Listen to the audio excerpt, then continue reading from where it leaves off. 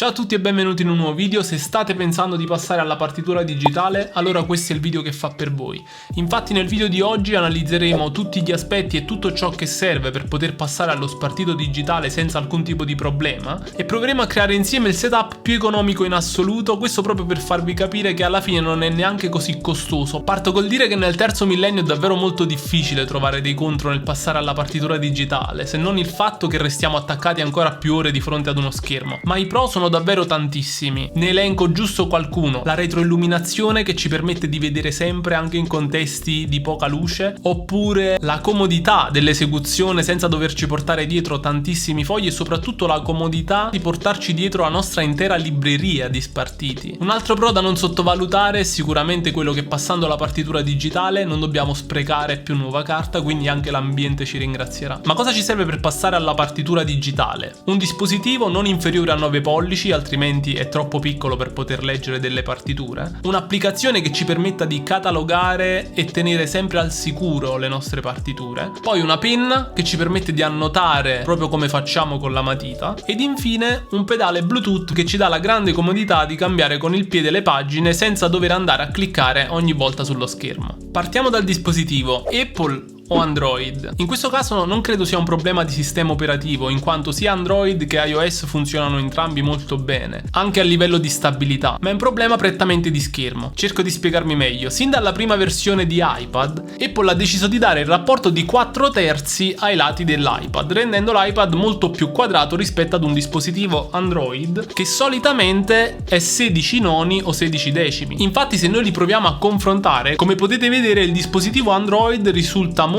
più simile ad un cellulare grande rispetto all'iPad, che magari ha delle proporzioni che assomigliano più ad un foglio di carta. Con questo quindi incontriamo il nostro primo problema reale. Dobbiamo cercare un tablet le cui proporzioni si avvicinino quanto più possibile ad un foglio A4, che corrispondono solitamente al 4/3 o al 16 decimi. Quindi quando acquistiamo un tablet assicuriamoci che le proporzioni tra i due lati si avvicinino appunto al 4/3 o al 16 decimi. Se volete approfondire questo argomento vi lascio un articolo sul mio blog che vi spiega come calcolare le proporzioni di un tablet, in modo tale che se state per acquistare un nuovo dispositivo, effettuando questo calcolo capite bene se questo dispositivo è adatto o meno alla lettura di partiture.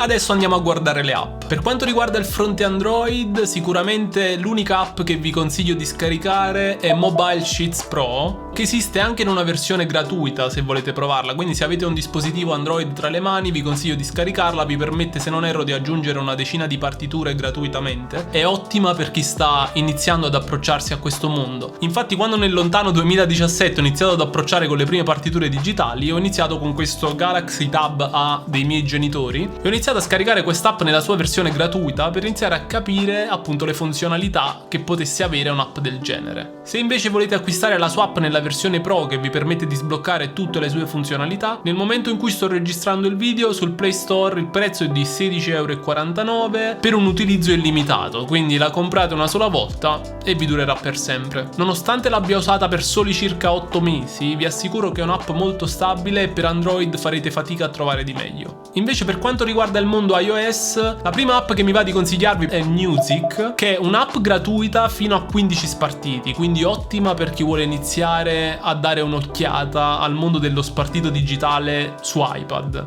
Il problema di quest'app è che superati i 15 spartiti c'è bisogno di un abbonamento annuale di circa $30, che vi permette poi di sbloccare tutte le sue funzionalità, che sono davvero tantissime, ma di controcanto siamo costretti a pagare un abbonamento annuale. La seconda app che mi va di consigliarvi, che tra l'altro quella che utilizzo io e tanti altri musicisti, forse perché comunque è l'app più famosa per iPad, si chiama Fourscore, che non esiste in una sua versione free, quindi dobbiamo necessariamente acquistare la sua versione Pro a €19,99 nel momento in cui sto registrando questo video. Infatti mi sono appena reso conto che il prezzo è aumentato. Ricordo che quando l'ho acquistata circa 4 anni fa il suo prezzo era intorno ai 16 euro. Quindi nel caso approfittatene prima che il prezzo continui ad aumentare. Anche in questo caso il pagamento è una tantum, quindi una volta acquistata resterà vostra per sempre. E inoltre io la straconsiglio perché ci permette di effettuare i vari backup e di tenere tutto sotto controllo affinché la nostra intera libreria digitale sia al sicuro. Poi sicuramente creerò qualche video in cui vi faccio vedere nel pratico qualche consiglio. Adesso passiamo sul fronte pen. Per quanto mi riguarda non ha senso acquistare una Apple Pencil al prezzo di 100 euro, tranne se non siete dei disegnatori, ma se siete degli umili musicisti che hanno bisogno di scrivere, annotare, evidenziare cose sull'iPad,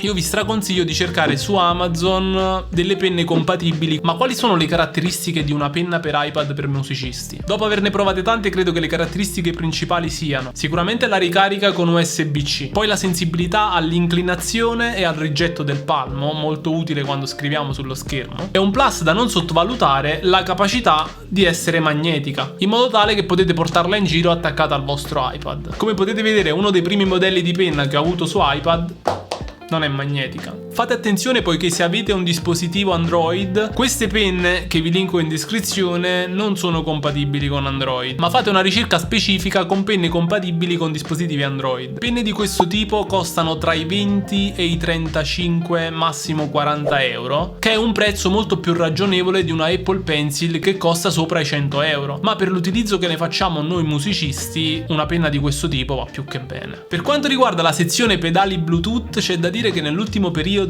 i prezzi sono davvero lievitati tantissimo, forse perché questa tecnologia sta diventando sempre più comune e di conseguenza alcune aziende speculano anche sull'acquisto di questi pedali. Ma se dovessi consigliarvi dei modelli dal più economico al più costoso, vi direi sicuramente di partire dall'Ekato, che nel momento in cui sto girando il video si aggira intorno ai 60 euro su Amazon, oppure il Donner, che è il pedale che io utilizzo dal 2017, che nel momento in cui sto girando il video si trova a circa 66 euro, e superata questa cifra vi consiglierei a questo punto di andare direttamente all'AirTurn Duo, che si trova al prezzo di circa 100 euro, ma è il miglior pedale Bluetooth in commercio. Per quanto mi riguarda, utilizzo dal 2017 il Donner e non mi ha mai dato problemi, mai una disconnessione, ha sempre funzionato perfettamente e l'ho usato sia con Samsung sia con iPad. Vi assicuro che in ogni tipo di situazione non mi ha mai dato alcun tipo di problema e soprattutto ha una batteria infinita. Per quanto mi riguarda lo utilizzo tutti i giorni e a volte dimentico di caricarlo per più di un mese. Quindi se non volete spendere 100 euro per un AirTurn, vi consiglio questo senza problemi. E a questo punto vi consiglio anche di iscrivervi al mio canale di prodotti musicali su Telegram, in modo tale che se questo pedale va in offerta lampo su Amazon ve lo farò sapere nel minor tempo possibile, in modo tale che voi possiate acquistarlo al minor prezzo sul mercato. Un'ultima opzione che ho visto spesso in giro ma che non consiglierei almeno per l'utilizzo che ne faccio io è il Blueturn, che costa circa 78 euro e che sicuramente è un ottimo pedale, ma mi viene di sconsigliarlo poiché i due tasti laterali sono entrambi illuminati e quindi fanno molta luce sul palco. Di conseguenza, se avete bisogno di indicatori luminosi sui tasti, allora vi consiglio di acquistarlo. Ma se non volete che ci siano luci a terra nel posto in cui suonate, allora ve lo sconsiglio vivamente, poiché a volte anche un pedale del genere, in contesti di musica classica o in contesti in cui si necessita buio assoluto sul palco, anche piccoli indicatori LED possono causare dei problemi. Infatti, come potete vedere, ho applicato del nastro che mi permette di oscurare un minimo la luce che emette questo pedale. Arrivati a questo punto credo che abbiamo fatto una panoramica generale di tutto ciò che serve per passare allo spartito digitale. Ma è davvero costoso fare questo passaggio? Adesso andiamo a vedere un pochino di prezzi per farvi una stima e farvi capire indicativamente quanto potete andare a spendere per un acquisto del genere. Parto dal fatto che se avete budget illimitato, allora probabilmente non sarete neanche qui a guardare questo video, quindi il mio obiettivo di oggi è quello di darvi la miglior configurazione al minor prezzo possibile. Ovviamente considerate anche di iscrivervi al canale se il video vi sta piacendo e lasciare un mi piace affinché io possa creare sempre nuovi contenuti. Allora, se il vostro budget è meno di 100 euro, allora considerate di fare questa cosa qui. Cercate di riciclare un tablet che avete in casa, e se non avete un tablet in casa provate a vedere su Marketplace, Subito o siti del genere tablet usati a prezzi stracciati. E se avete un budget così basso, se siete su iOS vi consiglio come app Music, invece Invece se siete su Android vi consiglio Mobile Sheet nella sua versione gratis. In questo modo potete avere un primo approccio alla partitura digitale. Invece se il vostro budget è leggermente più alto, allora vi consiglio di fare in questo modo. Per quanto riguarda il dispositivo, considerate il fatto di acquistare un dispositivo ricondizionato. Per quanto mi riguarda ho l'esperienza su Back Market, che secondo me è un ottimo sito di ricondizionati, e pensate che riuscite a trovare un iPad di sesta generazione al prezzo di 198 euro. Inoltre ricordate che se siete studenti avete un ulteriore 5% di sconto da non sottovalutare. Ma facciamo un po' un conto: oltre l'iPad vi consiglio di acquistare senza dubbio Fourscore, quindi al prezzo di 20 euro. Inoltre vi consiglio di acquistare una penna al prezzo di 22 euro circa. Vi lascio ovviamente tutti i link in descrizione. In questo modo con soltanto 240 euro abbiamo fatto una configurazione pressoché completa. Da qui in poi tutto ciò che dirò considerateli degli extra per migliorare il vostro setup. Ovviamente una cosa che vi consiglio di acquistare è una custodia per il tablet, e considerate di acquistare una custodia